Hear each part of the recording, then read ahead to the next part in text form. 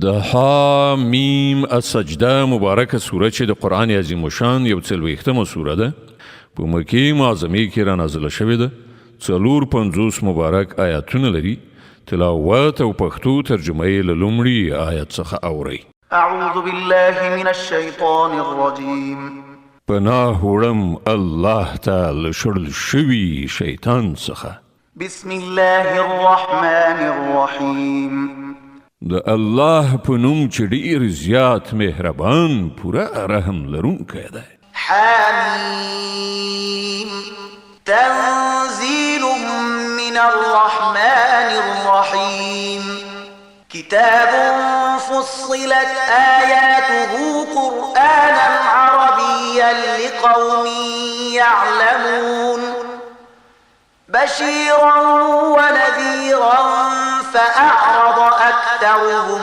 فهم لا يسمعون حامیم دا قرآن د ډیر زیات مهربان پوره رحم لرونکي خدای لخوا نازل کړی شوی دی یو داسې کتاب چې د هغه آیاتونه په تفصیل سره بیان کړی شوي دي د عربي ژبې قرآن د هغو خلکو لپاره چې علم لري زیری ورکوونکی او ویرونکی دی خو له دغو خلکو نه زیاترو ترېنه مخ واړو او غوږ ورته نږدي وقالوا قلوبنا في أكنة مما تدعونا إليه وفي آذاننا وقر ومن بيننا وبينك حجاب فاعمل إننا عاملون وای د کوم شي خواته چې ته مونږ ته بلنه راکوې د هغه لپاره زمونږ زړونه پردو پوښلي دي زمونږ غوږونه کاڼه شوي دي او زمونږ او ستا تر منځه یوه پرده حایله شوې ده ته خپل کار کوه مونږ به خپل کار کوو قل إنما أنا بشر مثلكم يوحى إلي أنما إلهكم إله واحد فاستقيموا إليه واستغفروه وويل للمشركين الذين لا يؤتون الزكاة وهم بالآخرة هم كافرون ای پیغمبره دوی ته ووایه زه خو یو بشر یم ستاسې غوندې ما ته د وحی په وسیله ښودله کیږي چې ستاسې خدای ایکي یو خدای دی له دې امله تاسې مخامخ د همغه لوری غوره کړئ او له هغه نه بخښنه وغواړئ د مشرکانو لپاره تباهي ده چې زکات نه ورکوي او له آخرت نه منکر دي إن الذين آمنوا وعملوا الصالحات لهم أجر غير ممنون پاتې شول هغه کسان چې هغوی ومانه او نیک عملونه یې وکړل د هغو لپاره په یقیني ډول داسې اجر دی چې د هغه لړۍ هیڅکله پای ته رسیدونکې نه ده قل أئنكم لتكفرون بالذي خلق الأرض في يومين وتجعلون له أندادا ذلك رب العالمين ای پیغمبره دوی ته ووایه آیا تاسې په هغه خدای باندې کافر کیږئ او نور د هغه سیالان ګرځوئ چې هغه ځمکه په 2 ورځو کې پیدا کړه همغه خو د ټولو نړیوالو پروردګار دی وجعل فيها رواسي من فوقها وبارك فيها وقدر فيها أقواتها في 4 أيام سواء للسائلين هغه د ځمکې له منځته راوړلو نه وروسته پر هغې د پاسه غرونه خښ کړل او په هغې کې برکتونه واچول او په هغې کې د ټولو غوښتونکو لپاره د هر یو د غوښتنې او اړتیا سره سمه په صحیح اندازه خوراکي مواد برابر کړل دغه ټولې چارې په 4 ورځو کې سرته ورسېدلې ثم استوى إلى السماء وهي دخان فقال لها وللأرض ائتيا طوعا أو كرها قالتا أتينا طائعين بیا هغه د اسمان خواته متوجه شو چې په هغه وخت کې محض لوګی و هغه اسمان او ځمکې ته وویل منځته راشئ که تاسې وغواړئ او که ونه غواړئ دواړو وویل موږ رامنځته شو د فرمان منونکو په توګه. فقضاهن 7 سماوات في يومين وأوحى في كل سماء أمرها وزينا السماء الدنيا بمصابيح وحفظا ذلك تقدير العزيز العليم. هلنو هغه په 2 ورځو کې 7 آسمانونه پیدا کړل او په هر آسمان کې د هغه قانون وحی کړ او موږ د دنیا آسمان په ډیوو سره سنگار کړ او هغه مخ محفوظ کړ. دا هر څه دیو برلاسي په ذات پلان دی. فإن أعرضوا فقل أنذرتكم صاعقة مثل صاعقة عاد وثمود. اوس که دوی مخ اړوي نو دوی ته ووایه چې زه تاسې له همغسې یو ناڅاپي رالویدونکي عذاب څخه ویروم لکه چې پر عادیانو او سمودیانو باندې نازل شوی.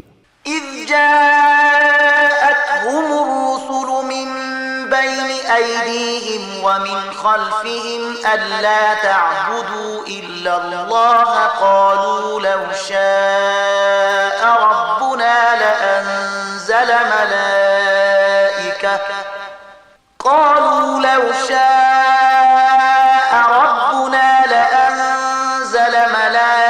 ملائكة فإنا بما أرسلتم به كافرون.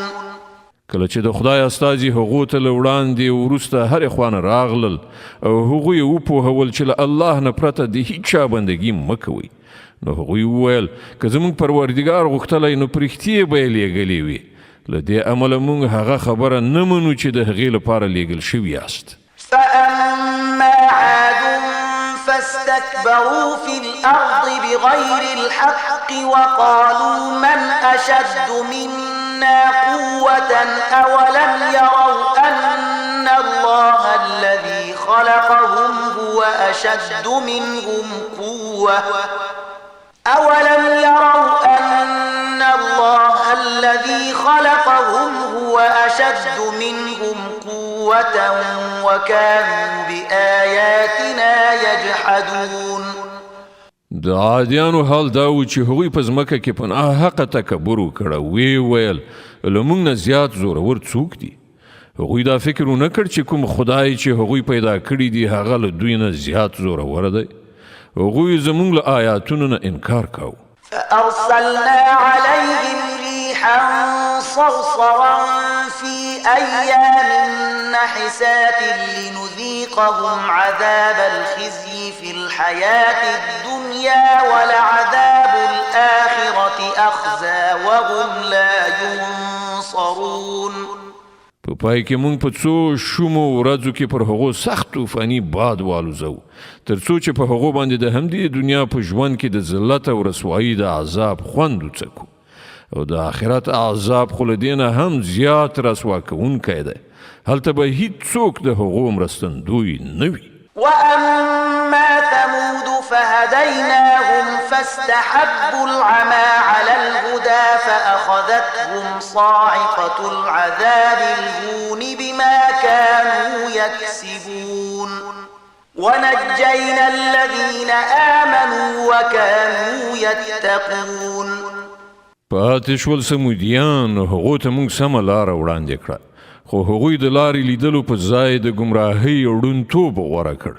په پای کې د هغو د کړو وړو له امله پر هغو باندې د ذلت عذاب راوغورځېده او موږ هغه خلک وژغورل چې ایمان یې راوړی او له ګمراهۍ او بدعملۍ نه یې ډډه کوله. ويوم يحشر أعداء الله إلى النار فهم يوزعون. او لږ هغه ورځ در په زړه کړه چې کله د الله دغه دښمنان دوزخ ته د تلو لپاره حاضر کړي راوستل شي. حتى إذا ما جاءوها شهد عليهم سمعهم وأبصارهم وجلودهم بما كانوا يعملون. د هغو مخکینی به د وروستنیو تر راتلو پورې ایثار کړی شي بیا کله چې ټول هلته ورشي نو د هغو غوږونه او د هغو سترګې او د هغو د جسم په ستوکي به پر هغو شاهدي ووایي چې هغوی په دنیا کې څه کول. وقالوا لجلودهم لم شهدتم علينا قالوا أنطقنا الله الذي أنطق كل شيء وهو خلقكم أول مرة وإليه ترجعون. هغوی به د خپل جسم په ستوکو ته ووایي تاسې زموږ پر خلاف ولې شاهدي وویله؟ هغوی به ځواب ورکړي موږ همغه خدای غږولی چې هغه هر شی غږولی دی.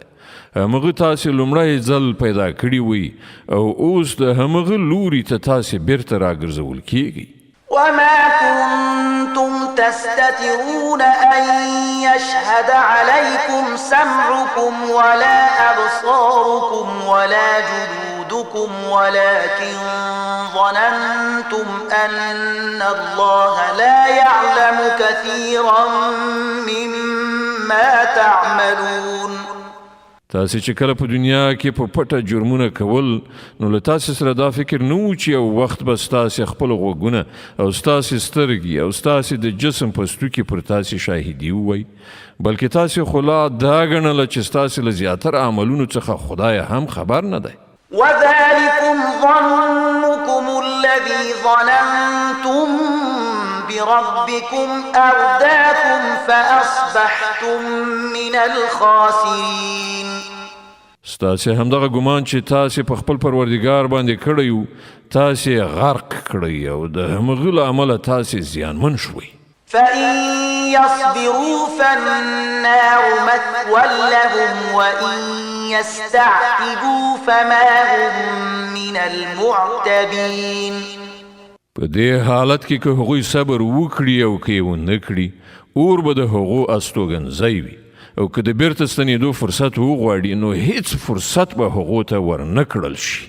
وقيضنا لهم قرناء فزينوا لهم ما بين أيديهم وما خلفهم وحق عليهم القول في قد خلت من قبلهم من الجن والإنس إنهم كانوا خاسرين. مونږ پر هغو باندې داسې ملګري مسلط کړي وو چې هغو ته د دوی ناوړه کړه په تیرو وختونو او راتلونکي کې هر څه ښایسته کړي وو. په پای کې پر هغو باندې هم د عذاب همغه فیصله تطبیق شوه چې له هغو څخه د مخکې تیر شوو پیریانو او انسانانو په ډلو باندې تطبیق شوی وه. په یقیني ډول هغوی زیانکاران. وقال الذين كفروا لا تسمعوا لهذا القرآن والغوا فيه لعلكم تغلبون. او داغه د حق منکران وایي داغه قرآن هیڅکله ما اوري او کله چې واورول شي نو په دې کې خلل واچوي ښایي چې په دې توګه هغه څوک وانه اوري او تاسې برلاسي شئ. فلنذيقن الذين كفروا عذابا شديدا ولنجزينهم أسوأ الذي كانوا يعملون. په دغو کافرانو به موږ د سخت عذاب خوند وڅکو او دوی ته به د هغو خورا ډیرو ناوړه حرکتونو چې دوی کوي بشپړه بدله ورکړو. ذلك جزاء أعداء الله النار لهم فيها دار الخلد جزاء بما كانوا بآياتنا يجحدون. هغه دوزخ دی چې د الله دښمنانو ته به په بدله کې ورکړ شي. په همغه کې به تل تر تله د دوی کور وي. دا د دې جرم سزا چې هغوی زموږ د آیاتونو څخه انکار وکړ. وقال الذين كفروا ربنا أرنا الذين أضلانا من الجن والإنس نجعلهما تحت أقدامنا ليكونا من الأسفلين. هلته به دغه کافران ووایي چې ای زموږ پروردګاره لږ موږ ته هغه پیریان او انسانان راوښیه چې هغوی موږ ګمراه کړي وو. موږ به هغوی تر پښو لاندې پامال کړو تر څو چې هغوی خورا ذلیل او خوار شي. إن الذين قالوا ربنا الله ثم استقاموا تتنزل عليهم الملائكة ألا تخافوا ولا تحزنوا وأبشروا بالجنة التي كنتم توعدون. کوم خلکو چې وویل الله زموږ پروردګار دی او بیا هغوی په دې باندې ثابت قدم پاتې شول، په یقیني ډول پر هغو باندې فرښتې نازلیږي او هغو ته وایي چې مو ویریږئ، مه غم کوئ او خوښ اوسئ د هغه جنت په زیري سره چې له تاسې سره د هغه وعده کړی شوې ده. نحن أولياؤكم في الحياة الدنيا وفي الآخرة ولكم فيها ما تشتهي أنفسكم ولكم فيها ما تدعون نزلا من غفور رحيم. مونږ د دې دنیا په ژوند کې هم ستاسې ملګري یو او په آخرت کې هم. هلته چې تاسې هر څه وغواړئ در به کړل شي او هر شی چې تاسې د هغه هیله وکړئ هغه به ستاسې وي. دا دي د میلمستیا وسایل د هغه ذات لخوا چې بخښونکی او خورا مهربان دی. ومن أحسن قولا ممن دعا إلى الله وعمل صالحا وقال إنني من المسلمين. او د هغه چا له خبرې نه به ښه خبره د بل چا وي چې هغه د الله خواته بلنه ورکړه او نیک عمل یې وکړه، ویې ویل چې زه مسلمان یم. ولا تستوي الحسنة ولا السيئة ادفع بالتي هي أحسن فإذا الذي بينك وبينه عداوة كأنه ولي حميم. او ای پیغمبره، نیکی او بدی او شانته نه ده. تاسې د بدۍ مخنیوی په هغه نیکۍ سره وکړئ چې هغه ډیره ښه وي. تاسې به وګورئ چې له تاسې سره چې د چا دښمني لوېدلې وه هغه مو صمیمي دوست ګرځېدلی دی. وما يلقاها إلا الذين صبروا وما يلقاها إلا ذو حظ عظيم. دغه صفت نه په برخه کیږي مګر هغو خلکو ته چې صبر کوي، او دغه مقام نه په برخه کیږي مګر هغو خلکو ته چې له ښه خلق څخه د غټې برخې خاوندان دي. وإما ينزغنك من الشيطان نزغ فاستعذ بالله إنه هو السميع العليم. او که ته د شیطان لخوا کوم لمسون محسوس کړي نو د الله پناه وغواړه، هغه هر څه اوري او پوهیږي. ومن آياته الليل والنهار والشمس والقمر لا تسجدوا للشمس ولا للقمر واسجدوا لله الذي خلقهن إن كنتم إياه تعبدون. دغه شپه او ورځ لمر او سپوږمۍ د الله له نښانو څخه دي. لمر او سپوږمۍ ته سجده مه کوئ بلکې هغه خدای ته سجده وکړئ چې دا یې پیدا کړي دي که په رښتیا سره تاسې د هغه عبادت کوونکي. د حامیم سجده مبارکه سوره چې د قرآن عظیم الشان یو 40مه سوره ده، په مکې معظمې کې را نازله شوې ده، 450 مبارک آیاتونه لري. تلاوت او پښتو ترجمه یې له 38 آیت څخه اورئ. د دې آیت په اورېدلو سره یوه د تلاوت سجده واجبه کیږي. فإن استكبروا فالذين عند ربك يسبحون له بالليل والنهار وهم لا يسأمون. خو که دوی په غرور کولو سره پر خپله خبره ټینګار وکړي نو باک یې نشته. کومې پرښتې چې ستا پروردګار ته مقربې دي هغوی شپه او ورځ د هغه تسبیح کوي او هیڅکله نه ستړي کیږي. ومن آياته أنك ترى الأرض خاشعة فإذا أنزلنا عليها الماء اهتزت وربت إن الذي أحياها لمحيي الموتى إنه على كل شيء قدير.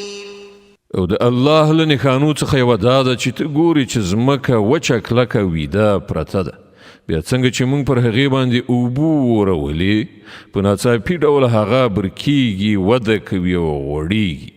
په یقیني ډول کوم خدای چې دغه مړه لویدلې ځمکه ژوندی کوي هغه د مړو ژوندی کوونکی هم دی. په باوري ډول هغه په هر څه باندې قدرت لري. إن الذين يلحدون في آياتنا لا يخفون علينا أفمن يلقى في النار خير أم من يأتي آمنا يوم القيامة اعملوا ما شئتم إنه بما تعملون بصير. کوم کسان چې زموږ په آیاتونو کې کوږوالی یا بدلون راولي هغوی له موږ نه پټ نه دي. په خپله فکر وکړئ چې آیا هغه څوک ډیر ښه دی چې په اور کې غورځېدونکی دی او که هغه څوک چې د قیامت په ورځ به د امن په حالت کې حاضر وي. کوئ څه چې غواړئ، الله ستاسې ټول حرکتونه ویني.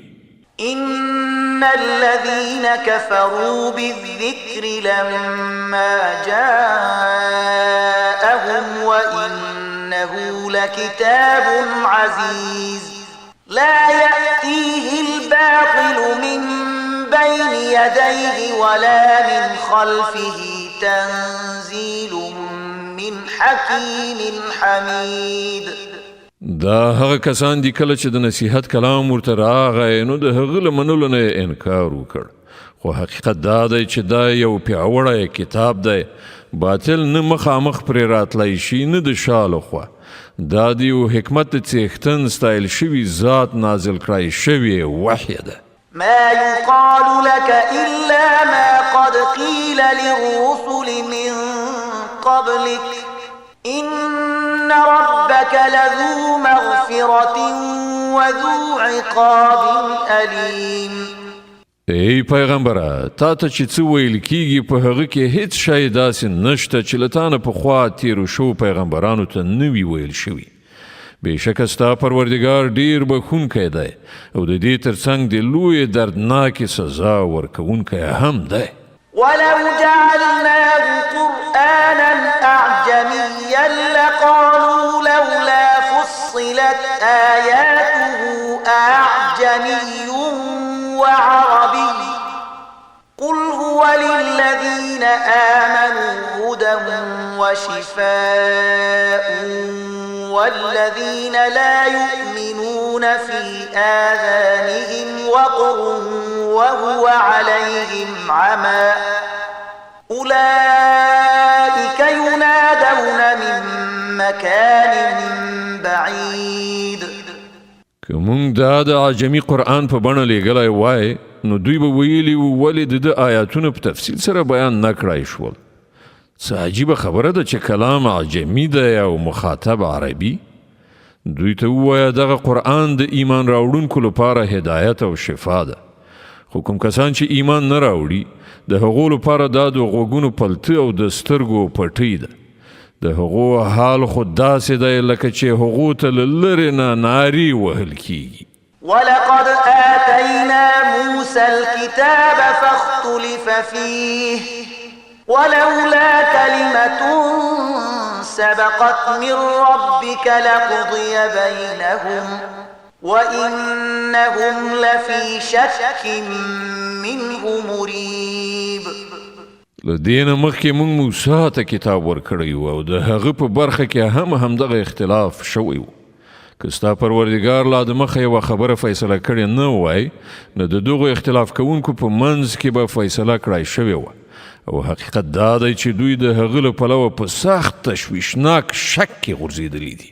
من عمل صالحا فلنفسه ومن أساء فعليها وما ربك بظلام للعبيد. څوک چې ښه عمل وکړي د خپل ځان لپاره به ښه وکړي، څوک چې بدي وکړي د هغې وبال به پر همغه باندې وي. او ستا پروردګار د خپلو بندګانو په حق کې ظالم نه دی. إليه يرد علم الساعة وما تخرج من ثمرات من أكمامها وما تحمل من أنثى ولا تضع إلا بعلمه ويوم يناديهم أين شركائي قالوا آذناك ما منا من شهيد. د هغه ساعت یعنی د قیامت علم خدای ته راجع کیږي. همغه پر هغو ټولو میوو پوهیږي چې له خپلو غوټیو څخه راوځي. همغه ته معلومه ده چې کومه ښځه انسان وي که حیوان حامله شوې ده او کومې بچی زیږولی دی او په کومه ورځ چې هغه دوی ته غږ وکړي چې هغه زما شریکان چیرته دي دوی به ووایي موږ عرض کړی دی نن له موږ څخه هیڅوک د دې شاهدي ویونکی نشته. وضل عنهم ما كانوا يدعون من قبل وظنوا ما لهم من محيص. په هغه وخت کې به له دوی نه ټول هغه معبودان ورک شي چې دوی له دې نه مخکې هغوی بلل او دوی به وانګیري چې د دوی لپاره اوس د پناه هیڅ کوم ځای نشته. لا يسأم الإنسان من دعاء الخير وإن مسه الشر فيئوس قنوط. انسان د خیر په دعا غوښتلو هیڅ کله نستومانه کیږي او کله چې ورباندې کوم آفت راځي نو ناهیلي او زړه ماتی کیږي. ولئن أذقناه رحمة منا من بعد ضراء مسته ليقولن هذا لي وما أظن الساعة قائمة ولئن رجعت إلى ربي إن لي عنده